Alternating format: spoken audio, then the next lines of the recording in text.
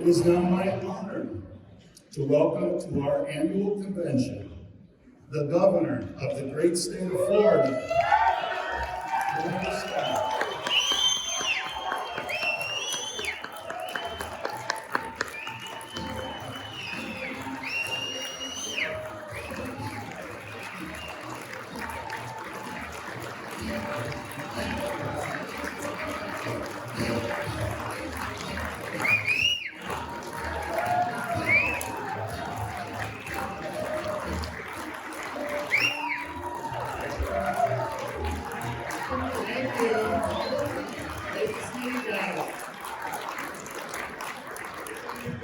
Great to see you guys. I appreciate the introduction. A little longer than was necessary, but people want to do, that's fine. It's interesting when they talked about our 3 kids and getting sworn in as governor. When we had our first child, my wife and I had previously been to Israel, and we brought back water from the Sea of Galilee to use when we had kids for the first baptism. We actually brought enough back that as the family expanded, we were ready to go with additional holy water. I did the baptism of Madison, she was born in November 2016, but we did it the following spring. Worked well. We had more water left over. My son was born in March of 2018, and as was mentioned, I was running for governor. I was also a sitting member of Congress, and so we were very, very busy. So we're trying to figure out, okay, when can we do this baptism? And we just decided, we just got to get through the election. Let's get through the election, and then we'll figure out, when's convenient for people. And then after the election, we're like, people are going to be in Tallahassee for the inauguration. So why don't we just do it there? So I got sworn in. Instead of doing a parade like they normally do, I dispensed with that, and we went back to the governor's mansion to baptize my son. We had the holy water. And, it was just in normal, like if you went and bought a bottle of water at the grocery store or at the gas station, that's basically what it was in. So we had a couple of bottles of it. Now, the label was written in Hebrew, so it's a little bit different than what you would get here, but still. So we did the baptism, it was great. And then we got ready, went to the inaugural ball. The next morning, I go to my wife, I say, whatever happened to the Sea of Galilee water? She's like, I think we just left it downstairs. And I was like, ooh, we weren't used to having people pick up for us. Well, they have people that pick up around the mansion. There's a staff and everything. So we went back down. No one knew anything different. The water had been spilled out, and the bottles had been recycled. So I told the story about a week later, and then within 48 hours, I get these pictures sent to my office. People in Israel shoveling water from the Sea of Galilee into these things. I said, we don't have another bun in the oven, but you never know. So they sent it to me. We had the replenishment, and we did end up having a 3rd child. So we're very fortunate to be able to have had that. It's really great to be there. There was a debate during the founding era of this country between Dr. Benjamin Rush, Thomas Jefferson, and Benjamin Franklin about what the world's oldest profession was. And Dr. Rush, being a medical doctor, said the oldest profession is the physician because Eve was cut from Adam's rib. And Jefferson said, no. Jefferson had built the University of Virginia and had a background in that. He said the oldest profession is the architect because you needed someone to bring order out of the chaos in the universe. And Franklin said, no. The oldest profession is the politician. Who do you think created the chaos in the first place?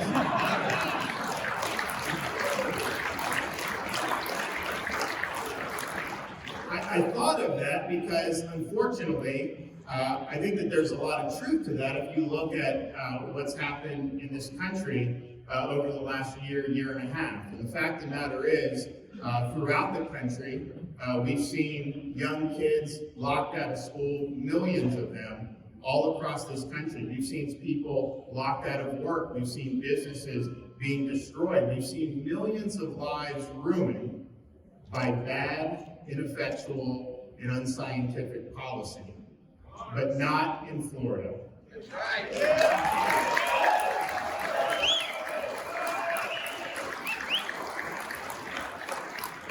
While so many other states kept locking people down, Florida lifted people up. We had,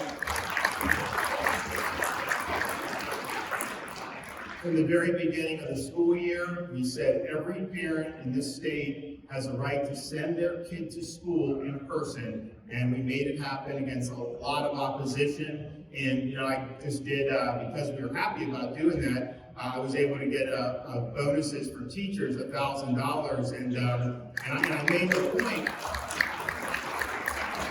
I made the point that when we were in this fight last summer, the media, they were horrible about misinformation, trying to scare people. You had all these other people, quite frankly, people like Fauci were fear-mongering about schools, even though the data was very clear. So we had a lot to contend with, but I made the point, the superintendents, the private schools were excellent, the charter schools were excellent, but the superintendents all wanted to go back by and large, and most of the teachers really wanted to go back. And I made the point, some of them did sue me to keep the schools closed, but we won that, and so most of them wanted to do it. But that was really something that I think required you to be able to put aside all the nonsense, sift through and challenge these narratives, and do what was right for families and for kids. And I can tell you that the idea that you would still have in pockets of this country parents who don't have meaningful access to in-person education, that is nothing short of a disgrace. And that is something that's going to haunt this country for years and years to come. And we were not going to let that happen here in the state of Florida. So we are finishing the school year. Some counties have already finished it. Others will be finishing in the next couple of weeks. I think people will look back and say that was one of the most impactful things that could have been done. If you work to get the kids in school, you did the right thing. If you work to lock them out because of special interest or because of hysteria or unwarranted fear, you made a different decision, and a different decision that is going to be bad for millions of people. But it's not just that. Government does not have the right to prevent people from earning a living in this country.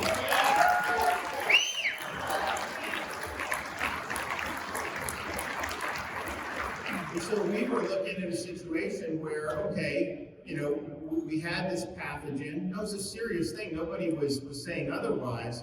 But what was the basis to say that you just should have these extended lockdowns with no end in sight based on really no metrics? And I remember talking with somebody in the White House who was involved with the COVID response, someone who all of you have heard of. And I said, this is last March of 2020, I said, you're advocating a lot of things here. It's going to have a lot of effect on our society. Can you give me an example of when this has been done in modern American history? And the response was, well, this is just kind of our real life science experiment. And I thought to myself, no, not on my watch. We're not going to be doing science experiments on the people of Florida. So we made sure that people could work, we made sure that businesses had the right to operate, and the result has been, we're doing probably better than we were doing even before COVID. People are flocking to this state because they understand the difference between where they are in some of these lockdown states and where they've been. And if you talk to folks when they come, they appreciate a lot of what's going on, the schools, the businesses, all that. But they will always remark to me, if they're coming from one of these other states, people just seem so much happier in Florida. And if you think about some of the insane policies that were being done, you actually had states that were forcibly shuttering churches, but yet would have liquor stores and strip clubs open. You had states who would not allow a child to play on a playground. And things that were just totally, my favorite, and one of the things that they hit me on was people should not be able to go to the beach. You have to close all the beaches. Okay, that was totally unscientific. probably the safest place you probably could be outdoors for a respiratory virus. So you had all these things, but I think it really raises a lot of questions about how fragile our freedoms were, because there's a lot of Americans that were totally willing to throw everything overboard because they were scared. We in Florida said that religious services and religious worship are essential, and that we will not close churches.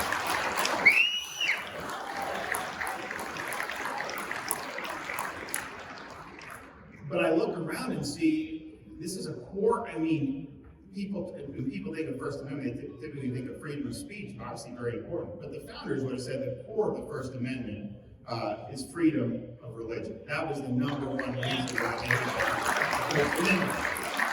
And so you have that where you have these states saying you can't worship. Now, when this first hit, what I told my folks is I was like, talk to all the people, at churches. You can give them information, but you can't close it. I mean, like, if they want to do that, that's up to them. I mean, you got to do that. I mean, we did have some. I remember for Passover, some of the Jewish congregations just did it remotely or whatever. And I know the Catholic churches all did something different, and that's fine. But that's your choice. That's not the government shutting you down. So you had all these things.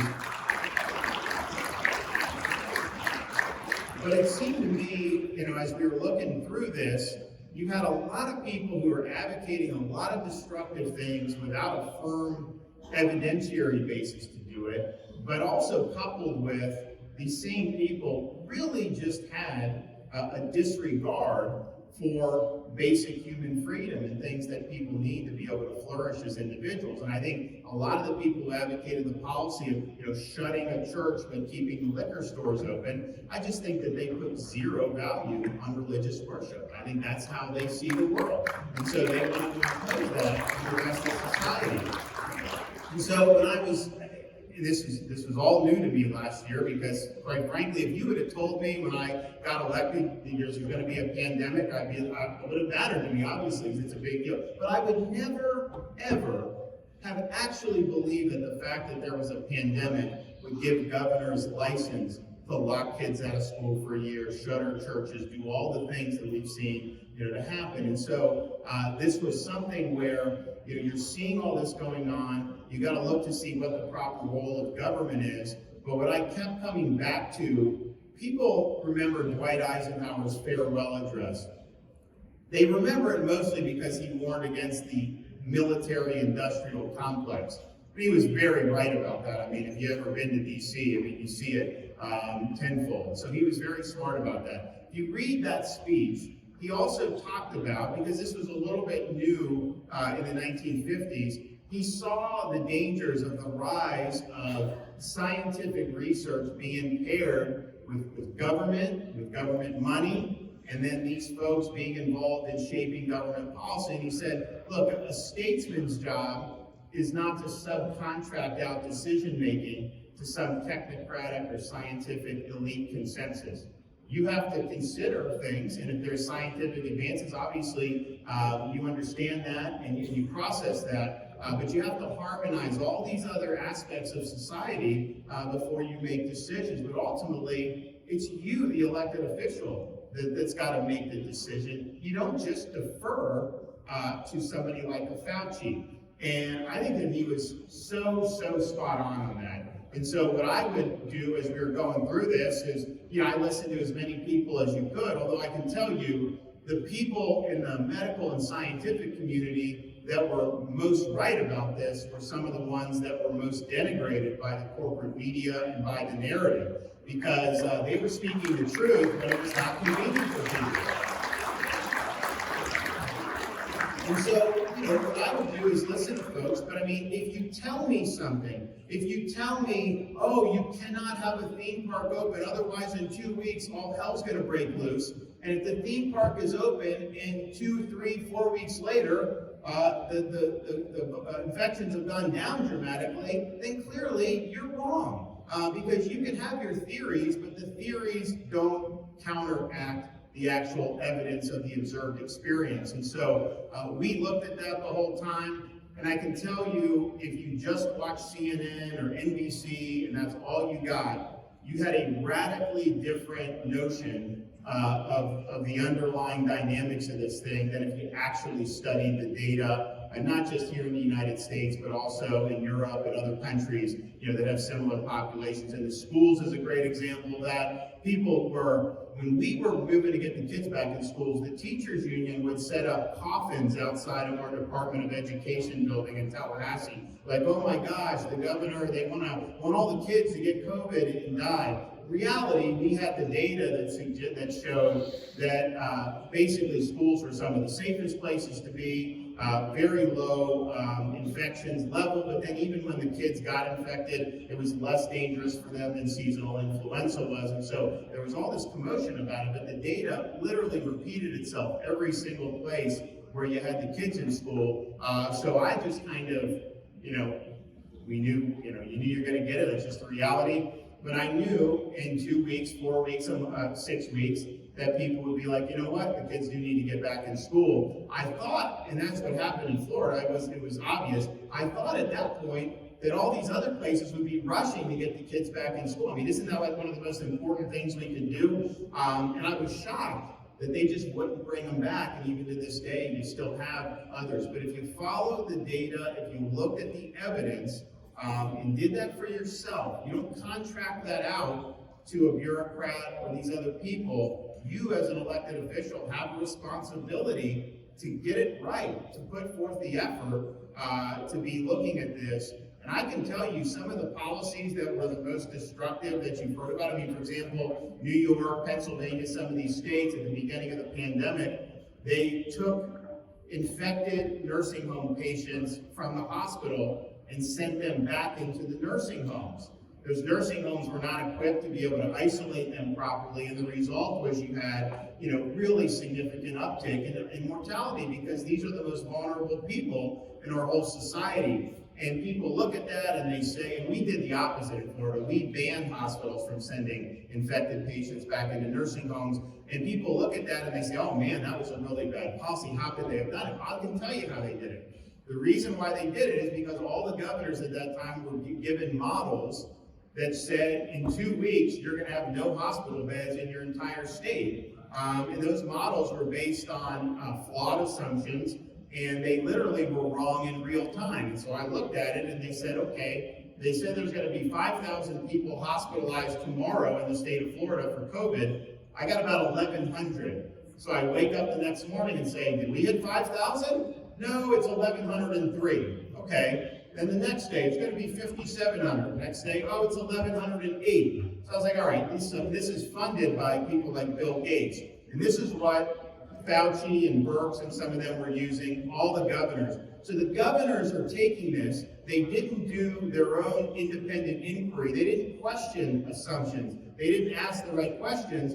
And so they all really believed that they had to clear out as many hospital beds as possible because there was going to be a massive wave of patients coming in that was going to overwhelm the system.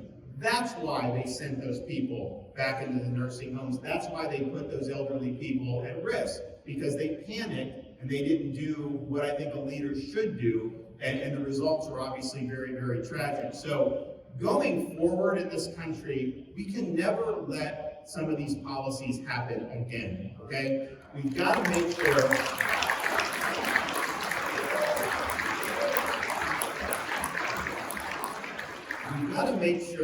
that as things come down the pike, that we don't just throw out our entire constitutional tradition, throw out a lot of the things that make the country great simply because we're panicking, we're fearful, or some of these folks very well may have had ulterior motives. And so I think Florida, had we not done what we did, I don't think Texas would have done what they did. I don't think a lot of these other states would have followed. But time and time again, we were leading the way. That obviously was better for the state of Florida. I mean, for elderly people in Florida, we have 40 states that have higher mortality rate for elderly. So we're one of the 10 safest states for 65 and plus, which was really our focus the whole time. And so we showed that you needed to make sure your society was healthy. And I think other folks have followed, the schools, the businesses, all this stuff. And we're now leading on getting the cruise ships back open. They were not going to do anything in San Francisco.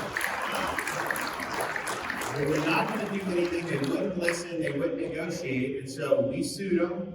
We're in court right now. I think we may even arrive at an agreement to get the ships open. But if not, we will win in court. And basically, now they're willing to negotiate with the cruise lines because Florida, again, was the one that stood up and said, you know what? You don't have the authority to mothball an industry indefinitely in this country. If Congress wants to pass a law to restrict or do whatever, I wouldn't support that, but at least that would be done through the people's representatives, not an elected bureaucracy. So we're leading there as well, but you have to make sure that these decisions are being made by people that are responsible to the electorate and that are keeping people's individual liberties and rights in the forefront of mind. And I think if we look back to, I've never seen a worse performance over the last 15 months than we've seen with our corporate national New York-based media. They've gotten everything wrong time and time again. Last February, they said COVID was a nothing burger. Last March, when people were saying, you know, we need to look at how this originated, it probably leaked out of this lab in Wuhan. They said it was a conspiracy theory that was debunked, and big tech actually censored that. Now we look, even Fauci is acknowledging, and he's obviously been involved in a lot of this research, which I think is really problematic, and I think he needs to be held accountable for. Even he is admitting that this is likely to happen. So they were wrong on that. They were wrong on lockdowns. The media said, you know, Florida's not closing beaches. Florida has businesses open. When we did the schools, they were wrong on lockdowns. They were wrong on school closures. They tried to tell parents that this was dangerous for kids, more dangerous than influenza, when it's not. That scared a lot of parents. And we had parents who, because we gave them the option to do remote, we're like, you know what? I understand there's a lot of this stuff floating around. Everyone has the right to go. If you choose remote, we'll let you do that. And you know what they would do? Some of them would choose remote. They'd see the sky didn't fall 2 weeks later. They're like, oh, I want to get my kid back in person now. And then they would do it. But they scared a lot of people, and I think they were primarily responsible for allowing these extended school closures. Because if they had reported the facts and the data, man, anyone supporting school closures should have been on the defensive. By the time we got to the new school year, there was literally nothing to support it at that point, and yet they were wrong about that. They were wrong about the vaccine. They said the vaccine would never happen for a couple years, and instead, you know, we had the vaccine delivered to the United States in the middle of December after less than a year. They were also wrong about how to prioritize vaccine, and this is not just the media, it's the CDC. But, you know, they came after me because CDC wanted to do it based on racial equity. And I said, no, this is a virus that impacts elderly. We're putting seniors first, and I'm not playing these political games. And we're ignoring the CDC on that. Media said that was wrong, but what ended up happening was the CDC then followed Florida. Most other states started to follow Florida. The result here is I think we've done 4 million senior citizens have gotten shots in the state of Florida, and that's obviously a safe time, because if you would have done young workers first, you would have had more exposure to elderly people as the months have gone on. So they got things wrong time and time again, and I think the root of it is these are ultimately corporations that are simply trying to turn a profit and promote an agenda. And that agenda is not reflective of the truth, and in fact, not only is it not reflective of the truth, they actively will suppress the facts and the truth when it conflicts with their narrative. So I don't even need to know the underlying facts, and I can tell you how NBC is going to frame things. I can tell you how CNN is going to do. I can tell you from experience how 60 Minutes will frame false narratives.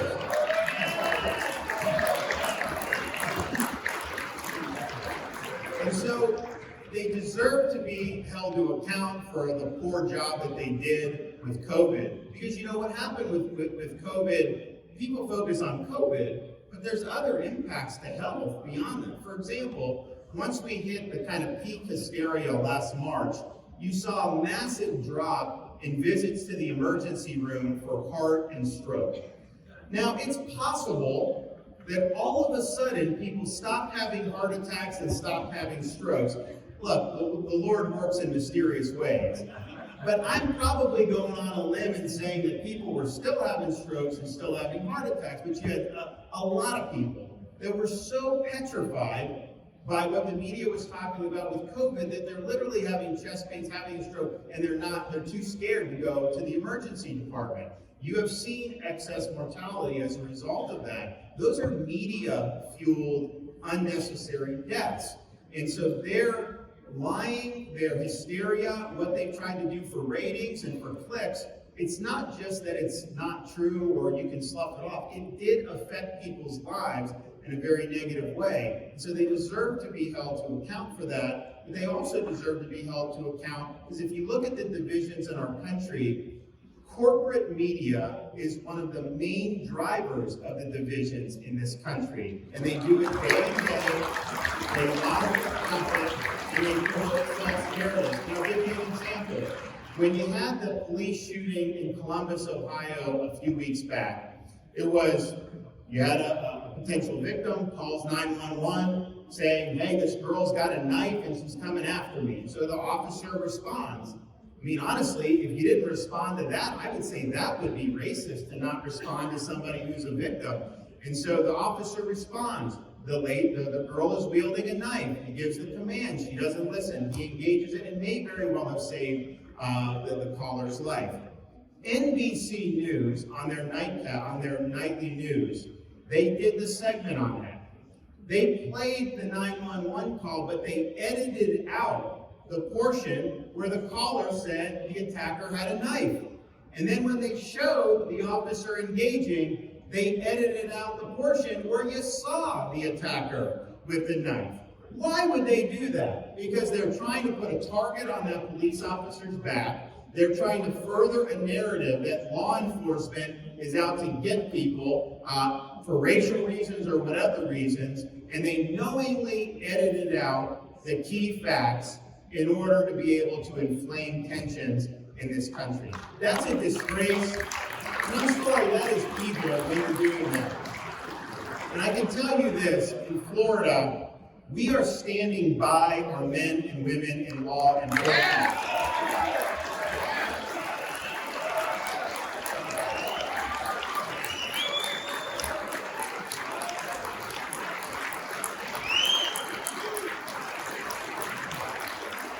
If you don't have public safety, if you don't have safe streets, if you don't have safe communities, quality education, jobs, prosperity, all of that goes out the window if people aren't safe and secure in their communities. And so when we had the rioting last summer, we made it very clear that it's not going to happen in Florida. We called out the National Guard immediately.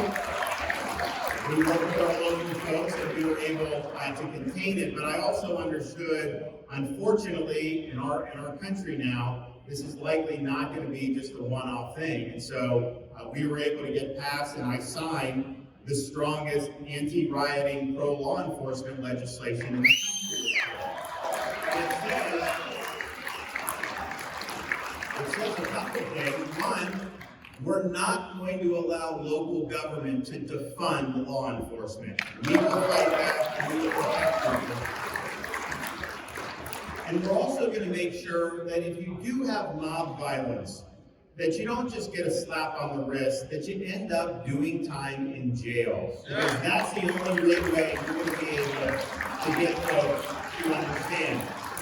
So, and we have people, there are people coming from all over the country to get in these little hot spots. And so we sent the message, you better think twice before you come into Florida and try to foment any of this nonsense.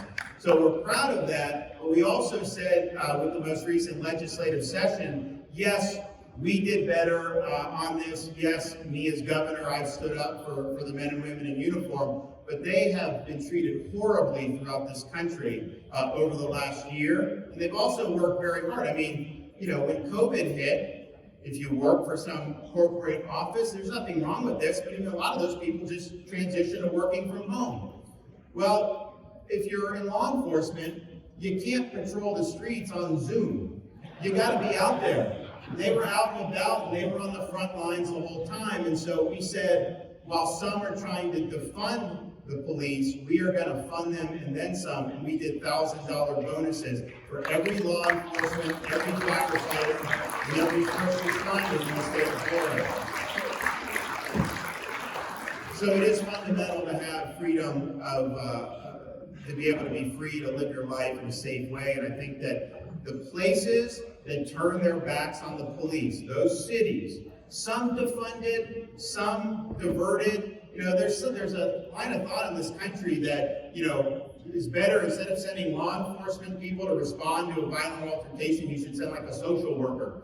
That ain't gonna work, guys. It's just not gonna work. And so you have different things that have been done, but I think the main thing is just these guys don't feel like anyone's got their back in some of these cities.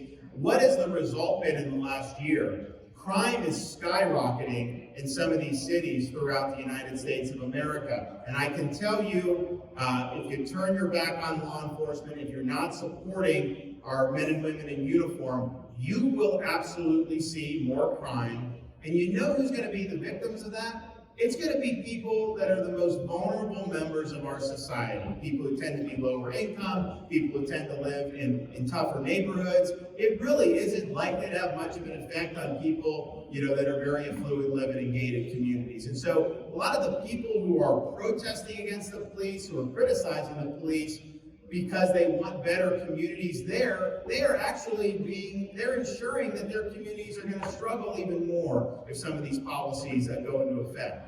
The other thing I think we're looking to deal with in Florida is we have these ideas that people are trying to push on our school children, like critical race theory, and some of these things that have no place in schools. And it's funny, I actually was talking to some of the bishops in Florida, because we have a lot of school choice here. I just signed the largest school choice expansion in the history of the state about a month ago. We're proud of it.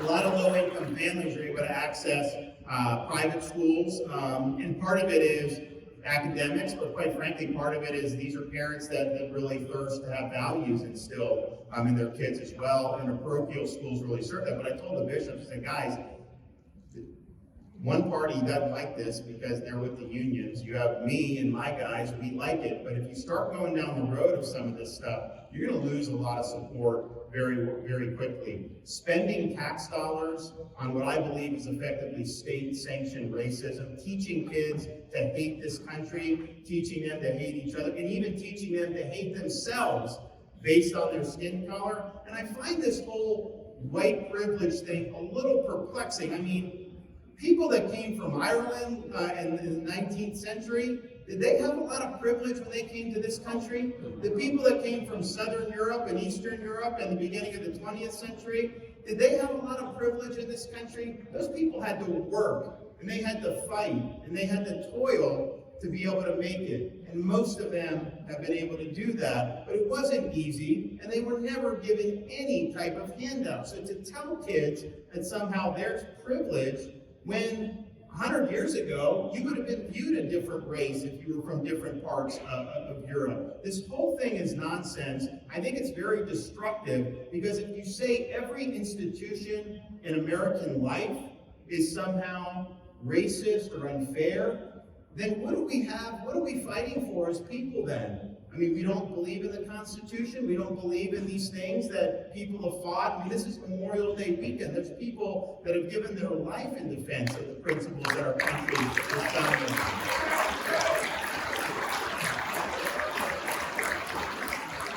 So my view is, our school system should teach the basics, get the basics right.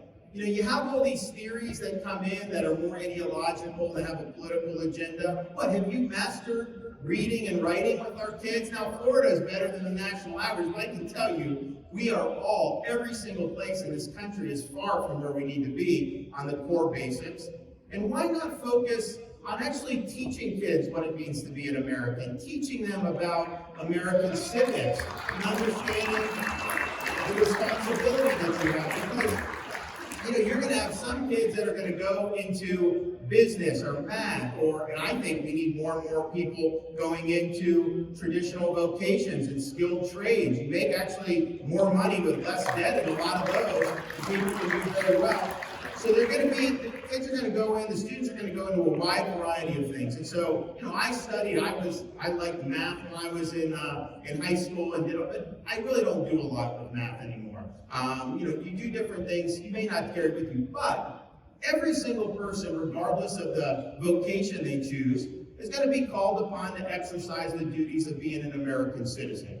How can you do that if you don't have the proper foundation of understanding why this country was founded, what the principles were that animated the founding and that animate the Constitution, the Bill of Rights, and all these great periods throughout the history where you've seen triumph over adversity. And for example, the founders understood that what had been going on in Europe was not reflective of what they believed the conception of individual freedom was. At that time, it was God would give power to the king, and then the king would dispense liberty as the king saw fit. So there were some people that were free, but not as a matter of right. It was a matter of courtesy. And our founders said, no, we are all as individuals endowed by God with certain inalienable rights: life, liberty, pursuit of happiness.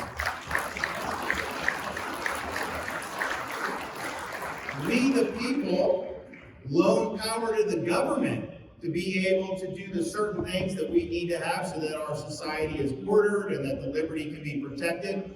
But when you see things like the First Amendment, kids will sometimes say, First Amendment grants me the freedom of speech or grants me the freedom of religion. The truth is, the First Amendment grants you nothing. God granted you those rights. All the First Amendment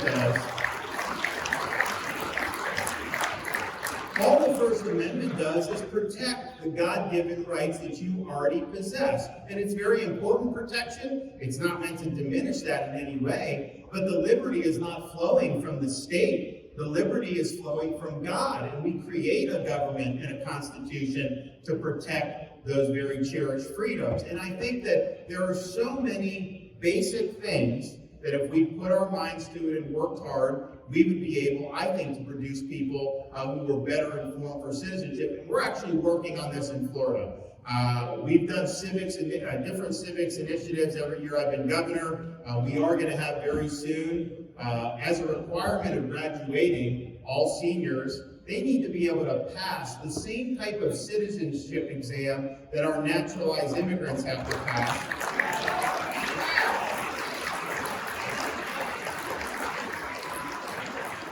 But we also understood you can say this is important, that's important, and list it out and make sure that the schools are pursuing it. But you also need to have teachers who want to understand it, who do believe in it, and can effectively instill those principles in their students. So this year, we actually just got past first of its kind. We're having a civics boot camp for all of our teachers who want to be, and it's not just for government teachers. I mean, if you want to do English and you want to go through it, because we think that this civic tradition can inform a lot of other subjects. So we're doing it. We're going to do boot camps, and then we're going to give the teachers that go through that a $3,000 bonus, so that they're having incentive to do it. But I think it's important, and I'm not going to sit here and say this is a silver bullet, but part of the reason the country is so divided is because there's not a common foundation of principles that we can kind of all agree on. And I think for most of our history, even though we had really strong debates at times, I think that we at least all said that we have the same underlying principles. Now I think you have some folks that are much different in terms of those first principles. And so, look, we all are American citizens. I took an oath to support and defend the Constitution in the military, obviously in the Congress, and now as governor. And I think those have got to be the principles. That's the sheet of music that we all have to sing from. And I think if we did that, look, there's going to be students who do it. Maybe they end up going off in a way that I don't necessarily approve of. But if they do that with a good head on their shoulders, if they've been presented the facts and the arguments, then, that's fine. But if they do it out of ignorance, then that means we failed at our job to give them the proper education that they need. We can't let that happen. The final point I'll make is just this. We live in our society in a very aggressive age of said my piece about the corporate media and their narratives. Big tech, which really elevates those legacy outlets and is now suppressing dissenting voices. I mean, you would get, if you wrote an article last March saying lockdowns were bad, they would take it down on Facebook. Google would censor it. They would not let that out. All those criticisms were 100% on the mark. I mean, it's sad to say, but they were right, yet that was squelched. So you have that. You also have now big business is very much getting involved in these really, I would say, far-flung political causes. If you're somebody that believes in traditional values, if you're somebody that believes in the values, quite frankly, that has animated this organization, you've got a lot of forces arrayed against you right now. And when you're fighting for the good life, when you're fighting for what is right, you will absolutely face blowback. I can tell you that firsthand because I get it every day. But you got to stand for the right things. And oh, by the way, I mean, you see some of the ideology I'm talking about. You see what they try to do, where they try to, topple statues of Abraham Lincoln, George Washington, and Christopher Columbus. I tell you, in Florida, we're not letting them take Columbus down on anything.